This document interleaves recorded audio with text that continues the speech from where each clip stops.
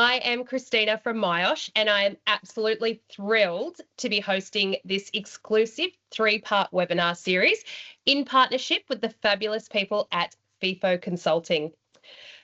This series has been designed for safety-conscious organisations who want to go beyond compliance and unlock the full potential of their people, their culture and their performance. Today, we kick things off with session 1, high-performing organisations, where we'll explore how to build systemic resilience and apply the principles of high reliability organisations to prevent failure before it happens. Now, to guide us through this essential topic, I'm delighted to welcome the team from Fefo. First, we have Bradley Brookes, a highly respected safety leader with deep expertise in high-risk industries. Brad works closely with executive teams to embed operational discipline and resilience into the fabric of their organisations. Now, joining him is the lovely Rachael Fitzgerald, a leadership and culture specialist who brings a wealth of experience in coaching senior leaders and frontline teams to shift those mindsets and drive performance through trust and accountability. Now, before we dive in, just a few quick reminders to keep things interactive. So please use the chat box at any time. We'll answer as many questions as we can during the session. Watch out for those live polls. Take a moment to share your thoughts and your input. It all really helps shape this whole discussion. So we absolutely love that. And you will be getting access to any of the resources or frameworks that we share today. They'll all be uploaded and sent out to you later on this evening. So I'm going to stop yapping. Let's get started. Stay curious, ask your questions, and think about how all of this stuff could sort of be used in your own businesses or organisations. So over to you, Brad and Rach. Thanks, Christina. What wonderful intros. I don't feel like Brad and I need to do that anymore. Yeah. They were lovely. They were great. Just on the back of that. So welcome, everyone, and thanks for joining us today as we obviously kick off our 3-part series. As you know, I'm Rachael and I am joined by Brad. We're actually really excited to kick off this series with you guys. So as Christina said, we are from Fefo Consulting. So if anyone doesn't know anything about us, we are a purpose-driven health, safety and wellbeing advisory firm. So our mission is to support businesses in striving for excellence. We work across a diverse range of industries and markets, partnering with clients such as Lockheed Martin, Boral, Ventia and the 9 Network, just to name a few. So today we'll be discussing high-performing organisations. So this lays down the foundation for understanding leadership performance in the context of health, safety and wellbeing. So as Christina mentioned as well, this is our first part. So we do have 2 other parts to our series. Our second webinar is actually going to explore the concepts of high-performing leaders and high-performing workers. And that's diving into the behaviours and attributes that define high-performing senior leaders and frontline workers. Then finally, we're actually going to wrap up the series with a deep dive into high-performing teams and coaching for leadership. So that session is going to focus on how to build high-performing teams and develop effective coaching strategies to support leadership growth. So before we dive in, Brad and I would like to encourage you guys to get involved, ask as many questions as you guys would like, and we'll definitely try and make time at the end to make sure we answer as many as we can. So over to you, Brad. Let's dive on in. Thanks, Rach. So welcome, everyone. As Rach mentioned, I'm a senior consultant here at Fefo and have the pleasure of working a lot in the occupational health and wellbeing space. So I'm glad to be able to talk to you today and hopefully get some insights across to you on what we're trying to talk about today in that high-performing organisational piece. So today we're going to break up the agenda into 3 sections. The first one, we're going to talk around the foundations of an HPO and what that means. We'll dive into some research supporting why the HPO is important. And then we'll finish on some tips and case studies. as mentioned today, we have a series of free resources and questions that we will share throughout the process, and the package will have QR codes at the end to download. But equally, if you want any more specifics, just drop a note into the chat and we can try and take you on that journey with us. So next slide, please, Rach. Perfect, thanks, mate. So before we get into today's session on high performance organisations, I want to acknowledge that our breakdown on this webinar series is quite deliberate, and it's built around the 5 modules of one of our new leadership programs. The Elevated Health and Safety Leadership Program is targeted, research-backed, and integrated safety leadership development. We've had the pleasure of partnering with academic researchers who work at Sydney, or the University of Sydney, to build a research-based program which combines many years of evidence-based principles with our real-life practicalities. And as part of that, today we're going to focus on high-performance organisations. And this directly relates to our 5th and final module in that training program. So let's dive in and have a look at high-performance organisations in more details.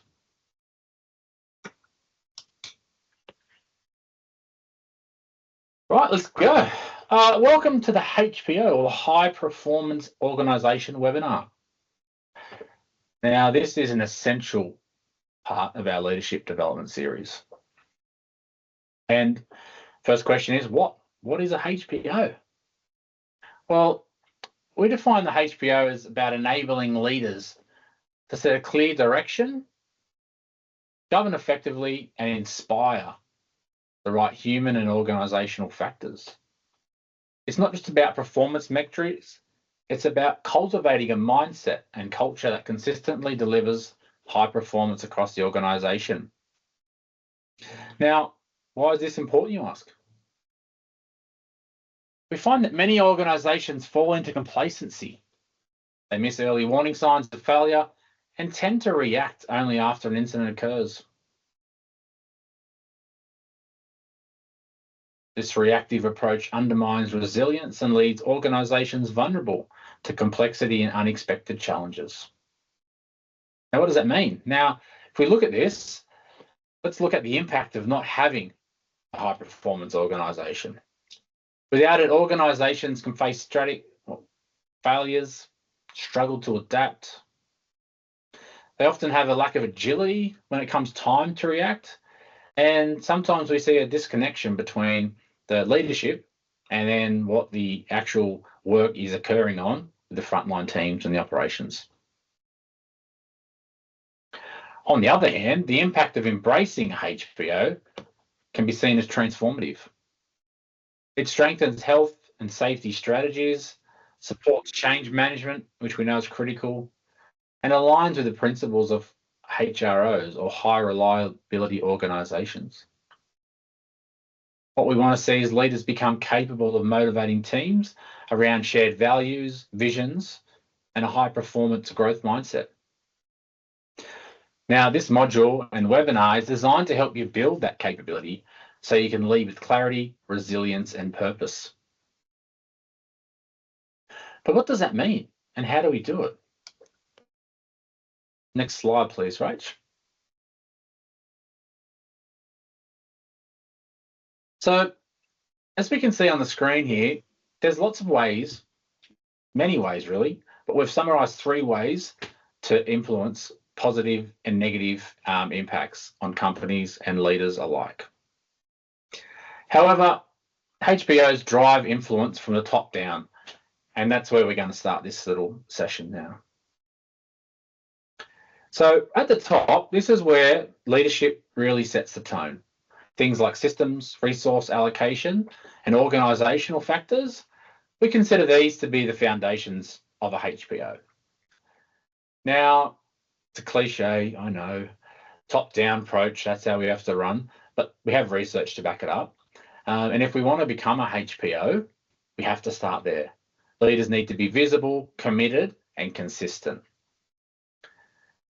I'll draw your attention to the purple arrow. Again, it's intentional. It's a reminder that leadership influence isn't optional, It's the launch pad. Now, part of a HPO is having those 3 levels and the 3 distinct levels. And we really find it's appropriate to break it down and have leadership aspects focusing on all 3. So the next level, we move on to that team or group level. And that's where we have the culture. That's where it's lived. That's where it's breathed, and that's where it's played out. Communication, collaboration, conflict resolution, coupled with supervisor support. These are the everyday interactions that either can reinforce or potentially erode performance.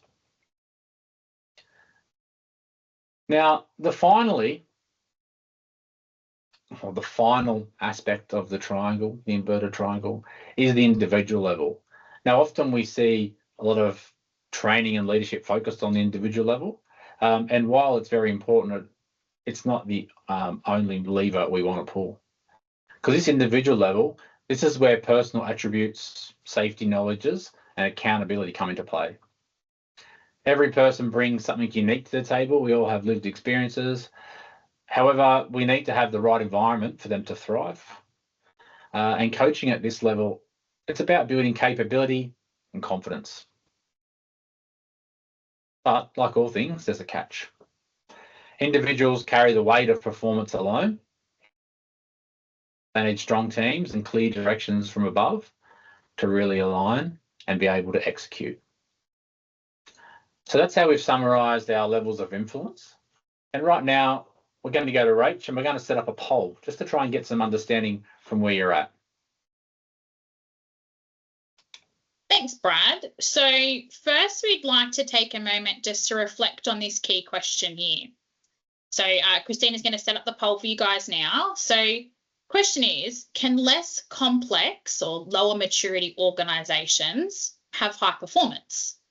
So that's, for example, a small business or lower risk companies. So if everyone wants to take a moment, have a think of that and provide an answer for us. Give everyone a couple of seconds here or there.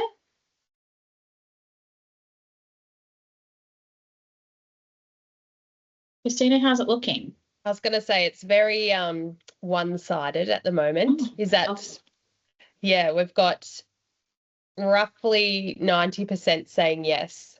I'll just wait a little bit longer. We'll get some more answers. So everybody answer in there. And if you have any thoughts around your answer, pop them in the chat box as well. We'd love to see your reasoning. Definitely. It's really insightful actually, getting obviously a yes or a no answer. So obviously with yes, it's potentially majority believe actually that high performance is achievable regardless of complexity or maturity. And then obviously on the no, I'm really keen to understand reasonings, because it suggests that potentially maybe you see complexity or maturity as key ingredients for high performance, maybe. So keen to kind of understand that one. All right. But I guess we've got all our answers. Yeah. So sorry to interrupt there. That's all good. So we've got 88% saying yes and 11% saying no. Yeah, great. So on the back of Rachel, I think just reiterate, if you do have any comments on the no's or why you feel that it's not linked, that'd be really insightful, and hopefully we can provide a bit more information as the webinar plays out to maybe fill some of them gaps or answer some of those questions. For sure, because this poll here, there's a reason to our question. So this is actually going to frame the next part of our conversation. So some of you who may have attended our previous webinars might hear us often say or use this analogy, which is the Corolla and the sports car. So this isn't about right or wrong, as the yes or no isn't about right or wrong either. It's actually about understanding your organisation's current position and where you want to play in terms of performance, culture and leadership. So I'll take you through this analogy now. So the Corolla and the sports car. So both of them have a place, both of them are valid, but they just represent different levels of ambition and investment. So you could say the Corolla actually represents a business that prioritises reliability, compliance, and consistency. So we all know the brand Toyota Corolla. If you've ever had a Toyota, you know that it's reliable, you know that it's always going to start every day and, you know, have very minimal problems, right? So it's safe, it's practical, and it's built to meet the minimum standards. So it's often where organisations actually start. So in HPO terms, this actually aligns with the reactive, or as we say, compliance-driven safety culture. So doing what's required, but not necessarily, and as I said, not necessarily pushing for innovation or continuous improvement. Whereas we have our sports car. So now we have to imagine this on the turntable with the bright lights, and then the cover comes off and, you know, everyone they're ooh and ahhing, right? So the sports car symbolises businesses that are aiming for excellence, agility, and proactive leadership. So it's high performing, responsive, and built to go beyond compliance with systems that support learning, accountability, and innovation. So we say this reflects a proactive safety culture in HPO, where safety is integrated into every decision and performance is driven by ownership and engagement. So I guess you could say the key message that we're trying to say here is both models are valid, whether you're a Corolla or a sports car, but they just serve different purposes. And the question you have to ask or reflect on is, where do you as an organisation, or where does your organisation want to play? Are you focused on maintaining compliance and providing stability with the Corolla, or are you ready to invest and build in high performance safety culture? So more towards the sports car. So after we've done that, let's shift gears and take a closer look at actually what underpins a high performance organisation. So Brad's now going to lead you through the first item on our agenda, which is the foundations of a HPO. Thanks, Ray. Love the play on words there, shifting through the gears. Thanks. Glad you noticed. Right, yeah. So foundations of a HPO. Let's start with a pretty simple but powerful idea. A high-performance organisation achieves significantly better results over time by focusing on what really matters. Now, every business has a lot of conflicting and competing priorities, but it's understanding what really matters and allows us to focus on the right stuff. At its core, HPO just doesn't react to problems. What we want to see is it anticipates, adapts, and leads. These organisations, as Rach mentioned, are proactive, they're not reactive. And by doing that, they build resilience into their systems, detect early warning signs, and they foster cultures of trust and continuous learning. Now, that theme's going to reappear today a few times. Now, this is especially critical in complex, high-stakes environment, where the cost of failure is high and the pace of change is consistent. But as Rach has pointed out, you don't have to be complex, high-stakes environment. We can continue to build a HPO organisation from the very foundations of a Corolla. That continual improvement is what we're looking at. Now, on the screen, we've got the cog. Again, another play on the car theme here. And then we've broken it up into three key leadership functions, which we think underpin high performance. The first one is about setting direction. It's the clarity or the purpose. Where are we going? Why does it matter? Govern. This ensures we have the right structures, systems, and accountability to stay in place, but more importantly, stay on course. And inspire. This is about the people. This is what we're trying to really reiterate. We want to create conditions for engagement, trust, and growth. Now, these three elements, set direction, govern, and inspire, these are some of the levers that leaders can pull to help us embed the principles of the high reliability organisations, the HROs, and drive sustained high performance. Next slide, please, Rach. Now, as I mentioned, we spoke around HROs and HPOs. And this slide gives us the opportunity just to really see how the HPO compares to other well-established safety practices, approaches, methodologies. If we take HRO and HOP, for example, what I want to do though is really be clear. We aren't saying that one is better than the other. Each methodology has its own contributions and made significant improvements to safety performances in a range of companies. What we're trying to highlight here is that HBOs take on what we think is a more holistic view. So what we've done, we've broken down the comparison into 6 key areas that are common across most safety and performance frameworks. So let's walk through them now.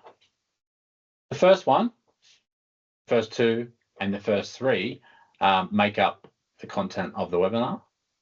And 3, 4, 5, and 6 are going to be spoken about in a bit more depth in the others. But number 1, creating that case for change. This is about building momentum. HBO places strong emphasis on creating a compelling case for change. So understanding the why, creating that burning platform is another common terminology we hear, and something that resonates across all levels of the organisation, not just at the C-suite or not just down the shop floor, but something that everyone can buy into. And it's not about compliance or risk either.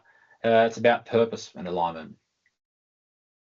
The second criteria is the assess performance or performance assessment.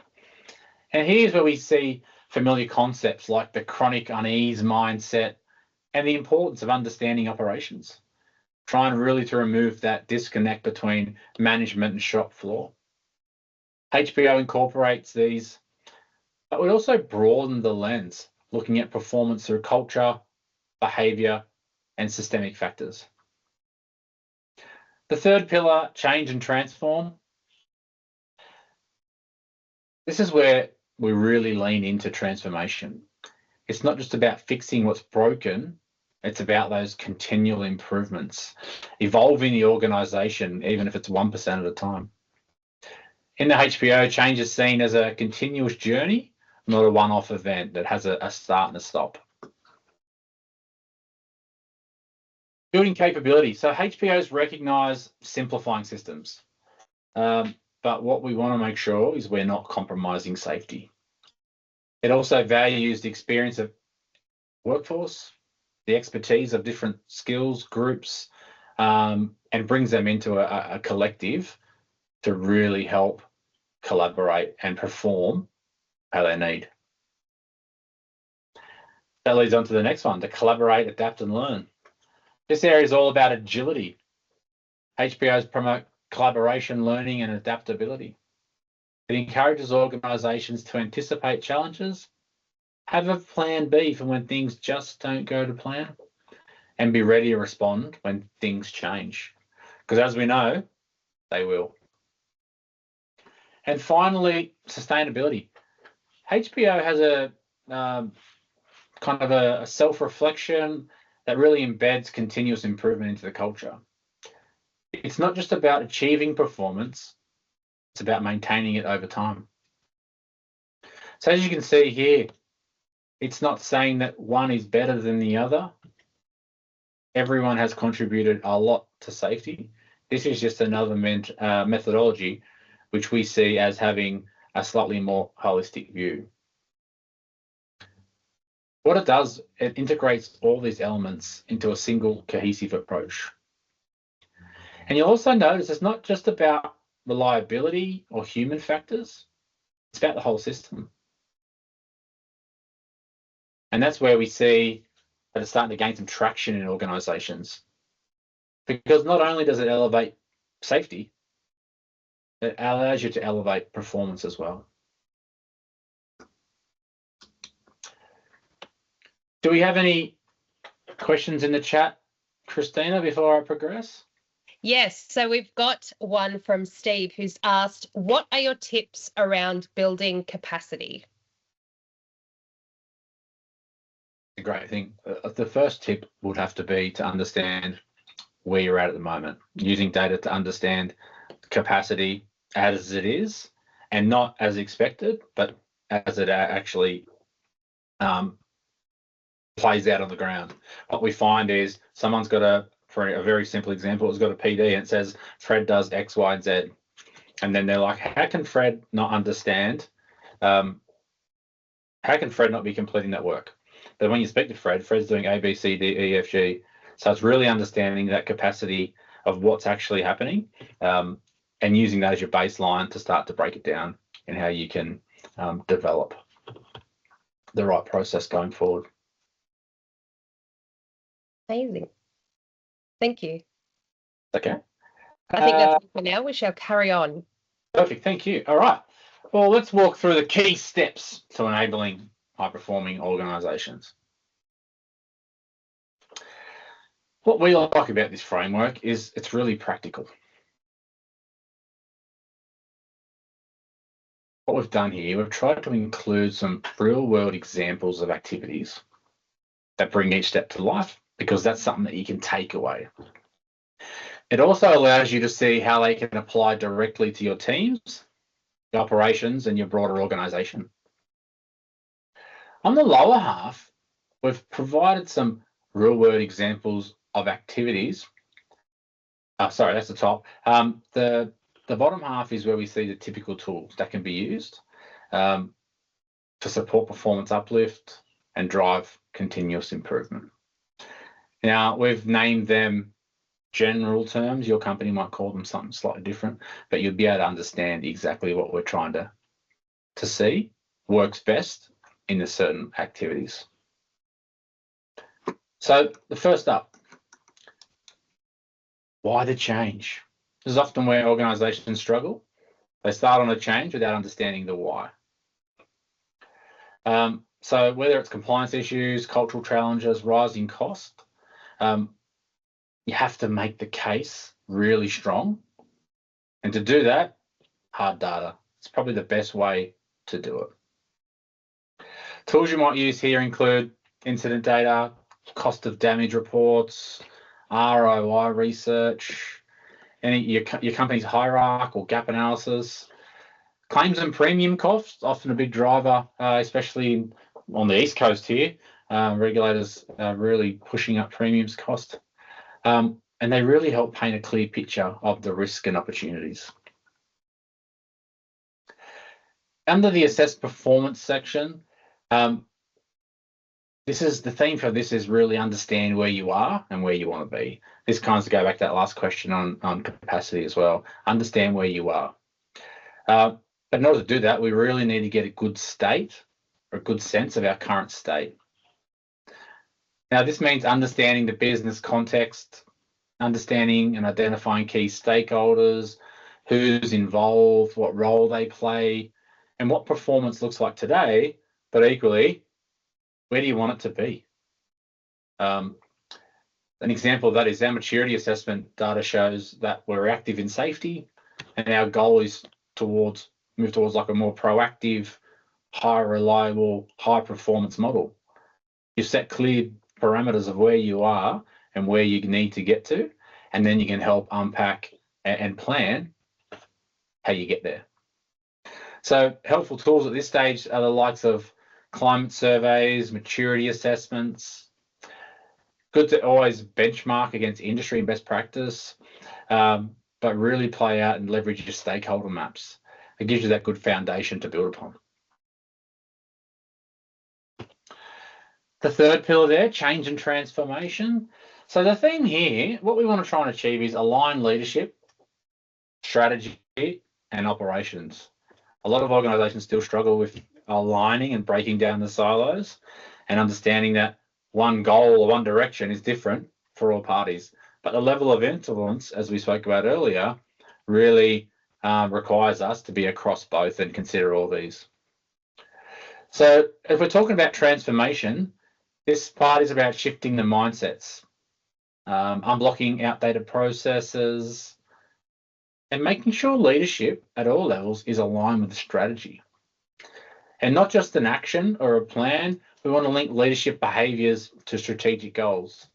OKRs are a great example of that. And having a clear ability to articulate your vision, values, and governance. So For an example, some companies embed safety leadership into OKRs, and every manager has a performance target linked to team safety, specifically used by assessing engagement or other type of cultural assessments. In this kind of section, we recommend using your HPO strategy documents, strong emphasis on leadership and change and comms plans, having a real clear plan on where you want to go. But workforce planning tools such as like RACI charts, being really clear and specific who's involved and what their responsibilities are. As much as I'd love to go on, sections 4 build capacity and capability, section 5 collaboration, adapt and learn, and the final section review and sustain all form part of the next 2 webinars. So if you haven't, when you get the chance, make sure you register for these before you forget. Now, just in case we forget, we'll remind everyone, including myself and Christina, that we'll be popping up some QR codes like the one on the screen now, but there's also one later in the pack if you wanted to do it at the end of the session. However, before we move on, we'll give everyone a couple of seconds just to take a quick screenshot if they want, or a picture of the QR code. And then over to you, Rach. Thanks, Brad. So we're going to dive into actually the second item on our agenda, which is research that actually supports why a HPO is actually important. So it's actually back to Brad for this one. Yeah, perfect, eh? Breaking it up, keeping everyone on their toes. I love it. So we've got a couple of slides here. We've done a lot of investigation, different researchers to really show you that what we're talking about now is not made up. There's real specific evidence out there to show what we're doing is adding value, or not what we're doing, what HPO does. And when I say we as a company really endorse the product, so I feel like it's kind of ingrained a bit. So in this slide, we focus specifically around psychological climate. Ironically, the next one is on physical safety climate, so there's a bit of correlation and similarities. However, we'll focus on the psychosocial or the psychological safety culture.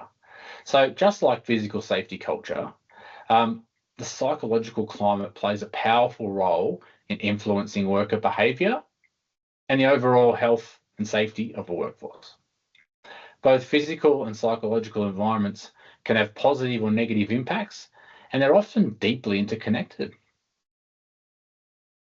So from this perspective, we're trying to understand the psychological climate, and that refers to shared perceptions employees have about their workforce, their environment, how safe they feel, how supported they feel, but equally just how they value their contribution as well. Now, these perceptions shape individual beliefs, which we know can in turn influence how people behave at work. Now, a key driver for the psychological climate is the leadership support and fairness. We all know that when leaders are perceived as fair, approachable, and supportive, it fosters trust and psychological safety. Now, this isn't about being nice. It's around creating an environment where people feel safe to speak up, raise concerns, and engage fully. Conversely, we know what happens. The negative climate can lead to disengagement, increased risk-taking, and poor mental health outcomes. We all know that the adage, what we walk past, we accept. And we know that whether that's an individual or a leader, they set that tone. So this model is supported by research by Binyamin in 2024, which found that employee engagement is driven by individual perception of the social climate and organisational factors. So this is not just physical, this is also psychological. Now, in order to build a truly resilient and high-performing workforce, we must invest in both the physical and psychological safety cultures. Now, as someone in the health and wellbeing space, we've been saying this for years. They're not separate. They can't be separate. They need to be looked at collectively and interconnected. But they really shape and they work together well to drive how people think, feel, and act when they're at work. Can I even just jump in here? Me personally, at the moment, I've started working out more and walking, making sure I walk every day a certain amount of steps, and like really focusing on eating better and things like that. And the result is not only a physical thing, but I'm working better, I'm sleeping better. Like, it's all coming out. And so exactly when you just mentioned that it all needs to be a collaborative thing, it's so true. Yeah, you're right.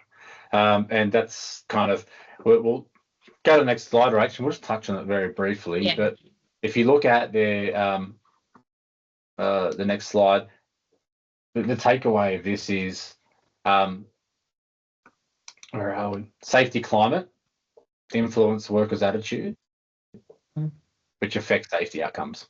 That's a very quick snapshot. And whether that's physical, psychological, again, research is there, which you can read at your own leisure, but that's the takeaway. It just strongly reiterates the correlation between both. Next slide, please, Rach.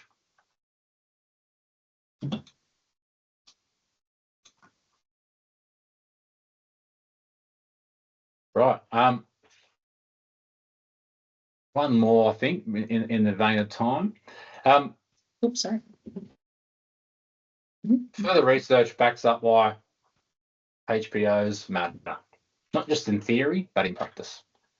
This slide pulls together a finding, it's a meta-analysis based on 1.8 million employees. So this is a huge data set. The research team found that there's a strong link between employee well-being and key business outcomes. Outcomes such as productivity, profitability, and retention. Now, here's how it breaks it down. When the organisation invests in wellbeing practices, it creates a healthier work environment.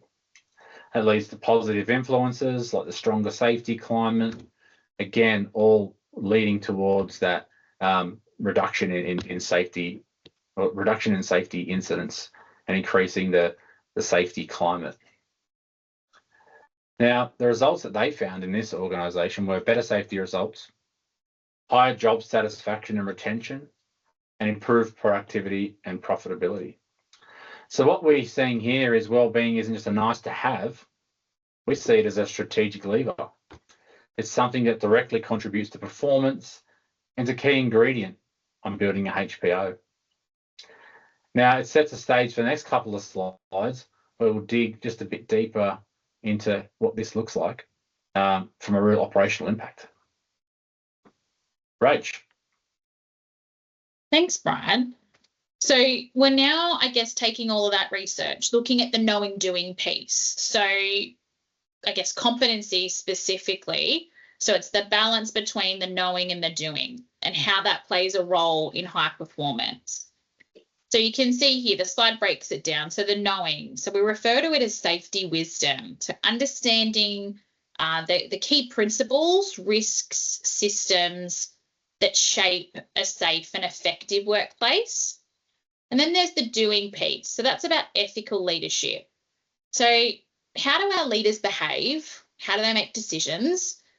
And then how do they influence others through value-based actions? So what the research is telling us then is that when people have a strong safety wisdom, it actually leads to positive safety climate practices. So very much to what Brad was saying before, those positive safety climate practices actually then drive down, turn in drive performance, well-being, and long-term sustainability. With ethical leadership, when it's reflective, values-driven, and compassionate, it actually has a direct impact on people's job satisfaction and organisational performance. So this isn't just talking in theories.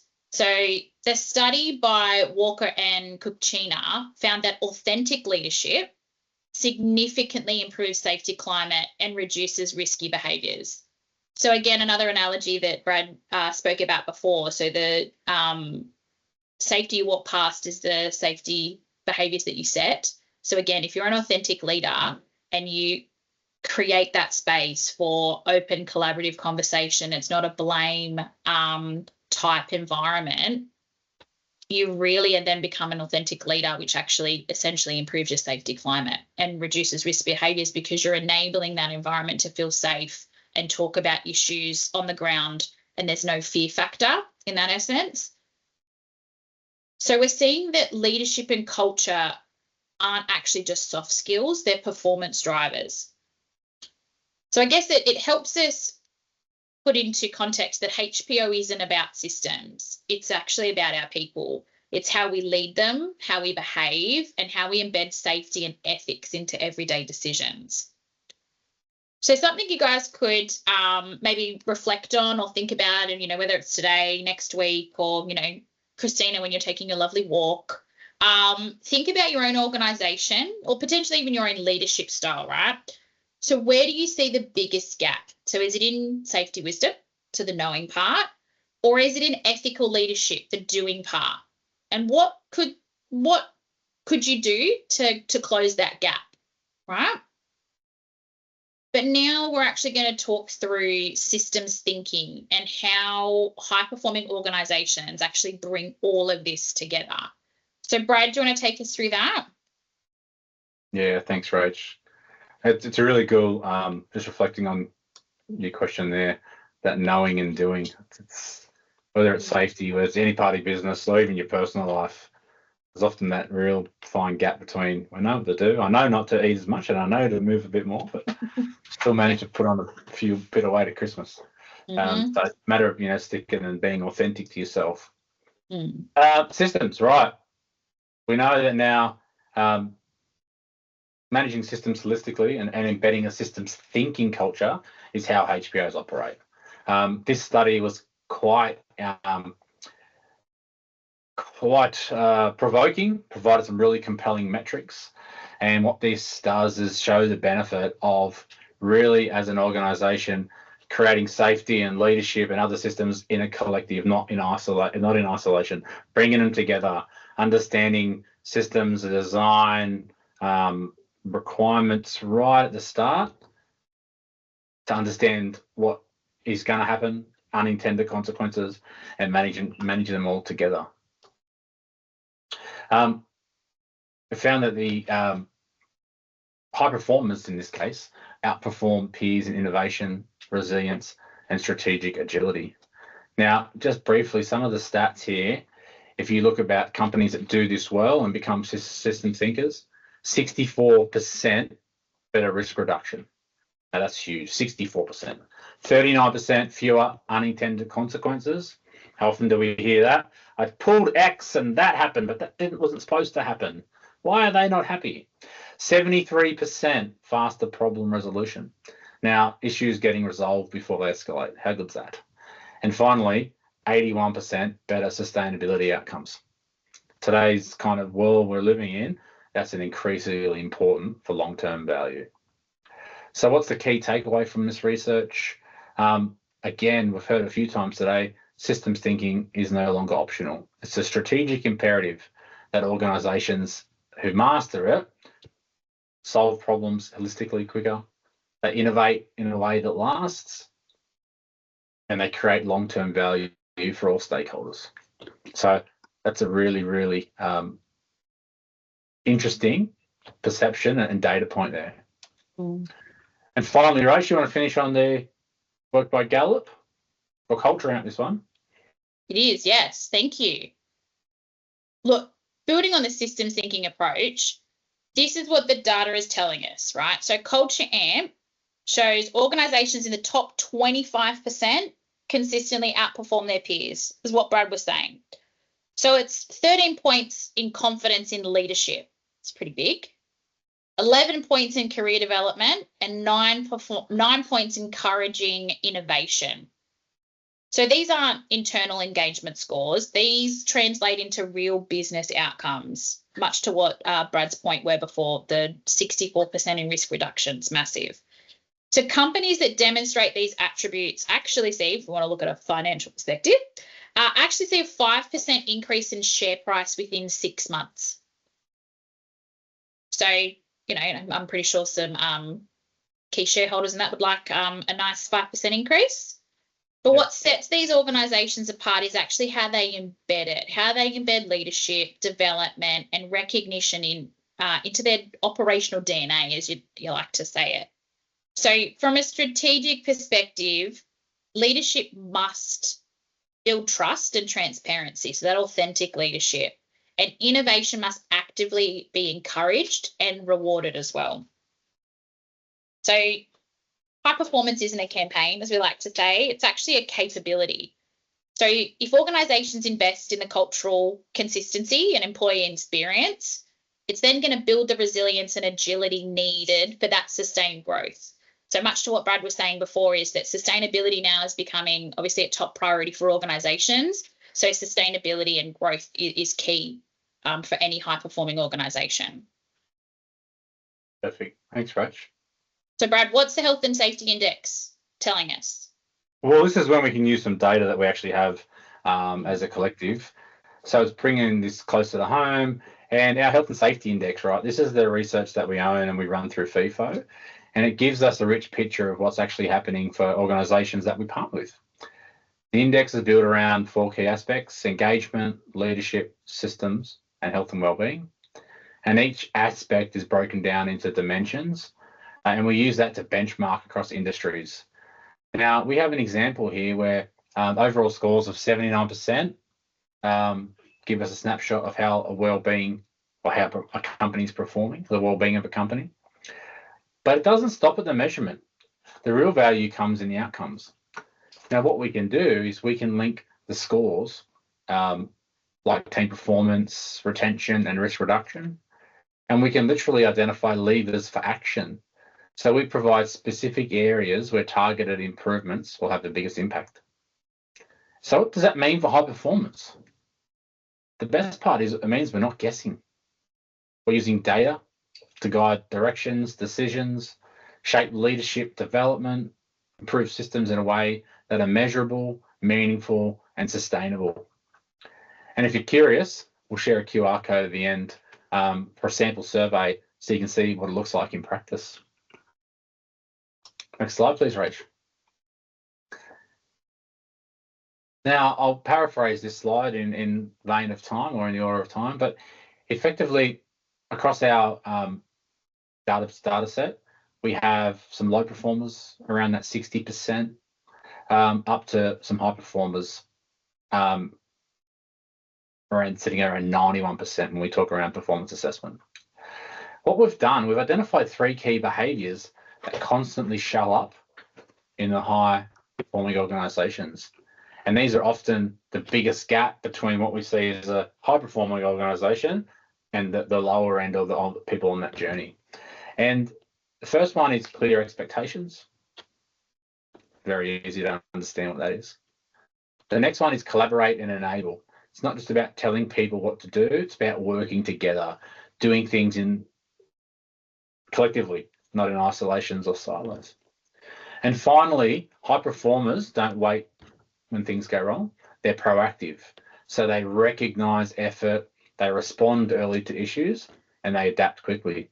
What that means is that the employee or the organisation builds trust, and responsiveness builds resilience.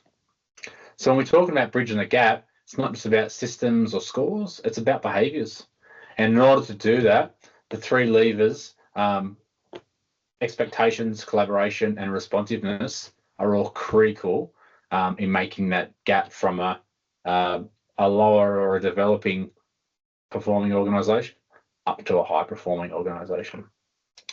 Now, Rach, we've got 10 minutes left to go through some tips and case studies. We do, yes, that's right. Thank you.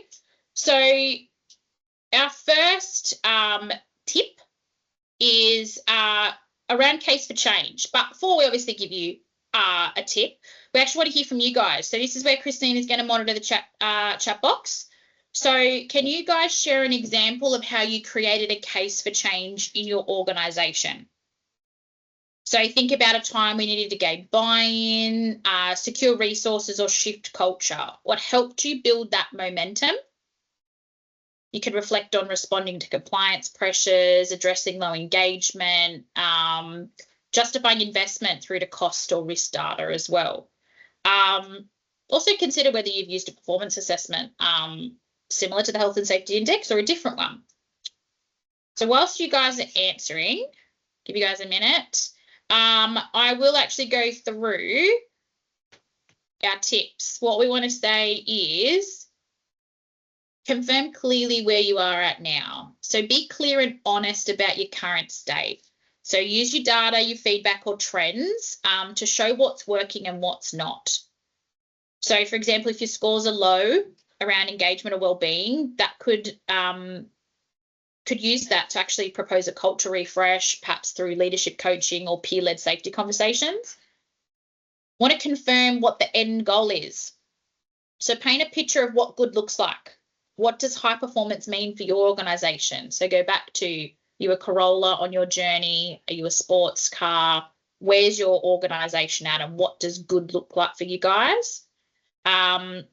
And the last one is confirm the why. Why does it matter?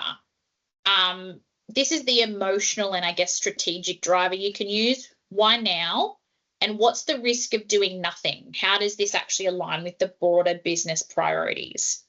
So if you don't act, you risk increasing claims, potential reputational damage, or losing key talent. So it might come back to, I think, the person in the chat was about increasing capacity. So if you don't do anything, you could actually lose talent, good talent. So these three elements help you build a case that's not just compelling, but it's also actionable and aligned with your organisational direction. And remember, you don't have to do it alone. You would have got the QR code earlier. We'll do it later as well. There's a lot of tools you can use. So your incident data, your claims, everything like that.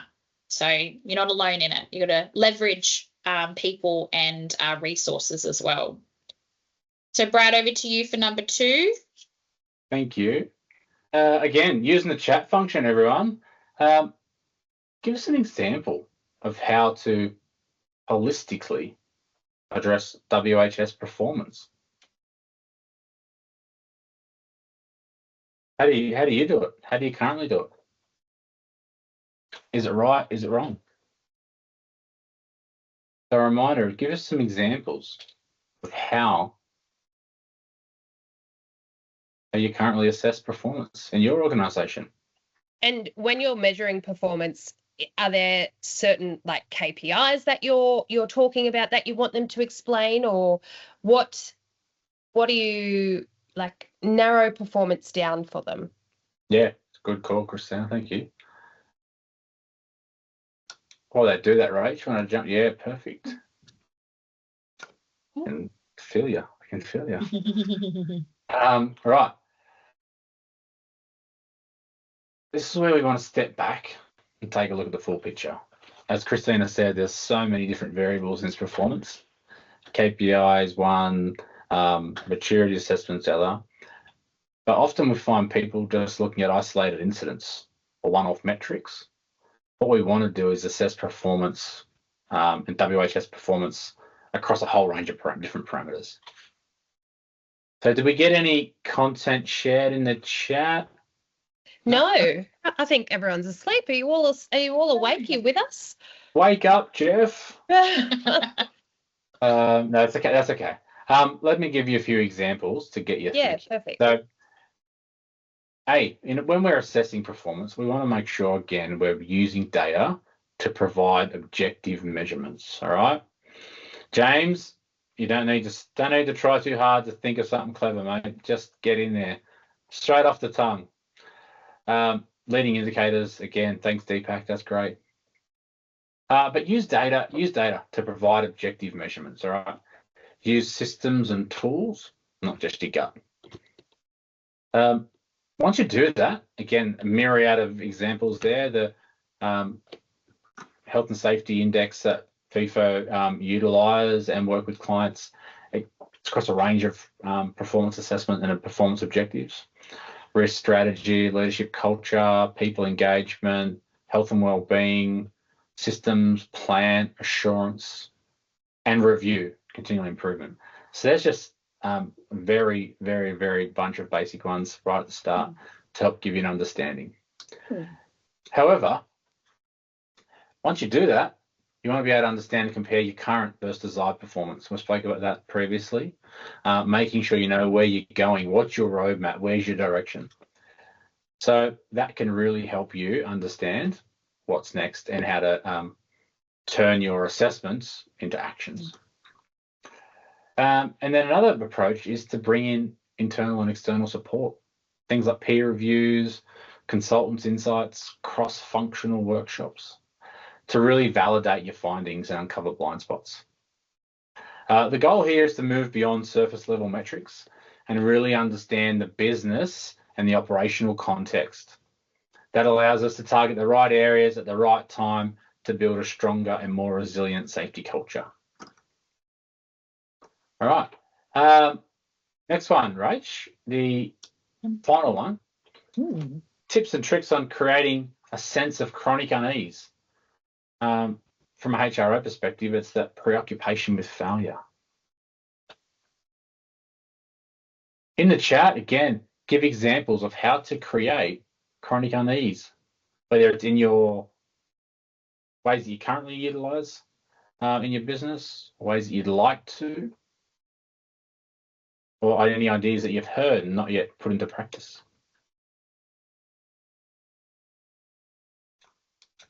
Going to jump the gun and share some examples. Yeah, perfect. Thanks, Rachel.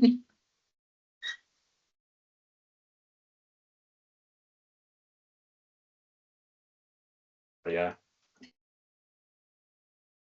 So for those of you who are pondering in the chat, thank you very much. But there's 4 practical areas. The first one is detecting early warning signs. We want to promote the reporting of weak signals. We want to encourage near-miss reporting to make sure it's recognised and not punished. Also, look for patterns across teams. For example, maintenance and operations have a big difference in frequency of reporting. You know, it's a signal. What could be cause of that? So it's worth investigating. Psychological safety. It's about creating an environment where people feel safe to speak up. And as a leader, we want to model vulnerability and curiosity amongst the team. And more importantly, positively recognise people when they challenge the norms, but in a respectful way. And also by giving people the green light to share their concerns early, because we know that inspires continuous improvement when people feel safe to share. The third box there is high-performing teams don't take green days as face value. How often is it just to go, no incidents, tick, tick, tick. Why? Is it true? They ask, are we really safe or were we just lucky? And avoid normalising weak signals. Challenge them, explore them, and learn from them. And finally, Rach, just dropped my notes. Finally, risk confidence. Make sure your teams understand what your material unwanted events are, what causes them, and what controls are in place, critical controls. And make sure we build confidence and clarity and help people stay focused on what matters most. When leaders model chronic unease, it becomes part of the culture. Thing, it's just all about being prepared. Just like a Boy Scout, always be prepared, all right? Now, Rach, did you want to dive into the case study? Yeah. And then we'll finish on the key learnings from the webinar, which would be great. We will. There is a question, though, I think, from Lillian. Sorry, yes. Christine, I was going to take your star then. What if reporting culture is poor? So, Lillian, I've had some experience with a client of ours, and they had really low reporting. What we found worked really best is actually getting out there in front of frontline workers and hosting information sessions about why it's important, really taking on board the care and concern piece. And I used which some people might be aware of, like the iceberg theory. It's like, we want you to report because we want to know absolutely everything that's happening under the surface, because at the top is a catastrophic event. So we want high numbers of non-conformances. We want high numbers of hazards, near misses. We want all of that so we can stop the catastrophic event from happening. And really actually then reporting on, hey, we got 10% more hazards reported this month. So it's absolutely fantastic. I think Deepak then also said as well, taking the blame off through robust investigation and supporting the findings. Absolutely. It's taking away that blame or fear culture and really just going, hey, just really want to get the facts. It's, not a suspension stand down moment. It's just, let's work out what the problem was so we can prevent it from happening again. That's my experience. And I think we can't take away from the fact that people like recognition. So if someone is, take a positive stance, call them out, promote them, gift cards, barbecues, create an event, create a celebration and show people that it actually makes sense. Sometimes we go for complex solutions where the simplest things are just to, promote someone, give someone recognition, and could be a pat on the back, could be a town hall. We're all motivated by this stuff. Yeah, that's it. Well, yeah, just quickly a case study, because I do appreciate we are running over time. Sorry, guys, but it's some good stuff. This is a powerful example of sustained performance. So some people may argue that BSA, one of our clients, is not a high-performing organisation, but I can tell you they've been on the journey to strive for high-performing organisation. So BSA has actually completed the index for several years, but they didn't actually just use it as a survey tool. They used it as a strategic tool to actually gain leadership buy-in and change culture and system improvement. So it doesn't say it on the screen, but I can tell you in 2022, their overall index score was sitting at 75%. So that's sitting in the capable, so middle of the road type scenario there. But then through their senior leaders and their organisation, they actually by 2023 lifted that to 83%. So in a year, focusing on, putting senior management visibility around safety, increasing that, consultation about workplace changes, and perceptions of wellbeing support. So they also did I believe it was a safety leadership pathway program, stuff like that. They continued to increase and provide sustained improvement over time. So this is just an example for you guys that, you could be a Corolla or you might not be a Corolla yet, but that doesn't mean you can't be high performing organisation, or at least strive to. It's just working out what measurements and where you want to get to then obviously buy people in on that journey of elevated health and safety performance across the business. Right, so thanks, Brad, sorry, yeah. No, that's good. Thank you. And that leads us on to the key learnings or takeaways. So a lot of information to digest. Appreciate it's the end of the day, it's the end of the webinar, but there's three things I want you to think about, please. Research informed, all right? The research is compelling. Effective leadership enables high-performing organisations. Number two, organisation versus individual. Think back to the levels of influence, all right? Balance building leadership capability that purely focuses on influencing individuals, bottom part of the triangle, versus leadership capability influencing organisational factors, all right? Let's just not train leaders to be good people leaders down. Let's train leaders to be holistic and thinking at things that can make a broader change to the organisation, such as strategy, change, and governance. And the third takeaway is tailored. No methodology, program, or system off the shelf is going to work for you directly. You're all unique. So work on tailored leadership programs that are relevant to your organisation. Make sure they're evidence-based, measurable, effective, and more importantly, sustainable. One training session in a career is not going to make you a better leader. So there are three takeaways: research informed, organisation versus individual, and make sure they're tailored. Love Now, it. finally, Rach, if you want to go to the last slide where we can wrap up and allow people to use the time to get the QR code sorted. So on the left, this is the best one. Register for webinars 2 and 3. There's so much more to unpack. Make sure you do that now. Christine is also going to send out some information on that. But on the right-hand side, key takeaways for today. Key steps to HPO, effective conversation techniques.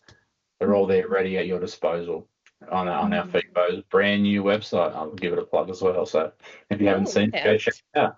That's it, yeah. Well, thank you so much, guys. That was incredible. There was so much information in there. I'm sure everybody got at least something that they can take away from today and start implementing it in their own organisations. Like Bradley just said, please scan these QR codes and register for sessions 2 and 3. You will not want to miss those. They are very exciting and filled to the brim with lots of powerful information for you to take on board. So again, thank you so much. I will have copies of these slides, the QR codes, links to Fefo, as well as anything to do with myosh, and you'll be getting that later on this evening. But until then, again, thank you all for joining us. Bradley, Rachel, thank you so much for presenting today. It was wonderful, and excited for the next one. Have a wonderful week, everyone. We'll chat soon.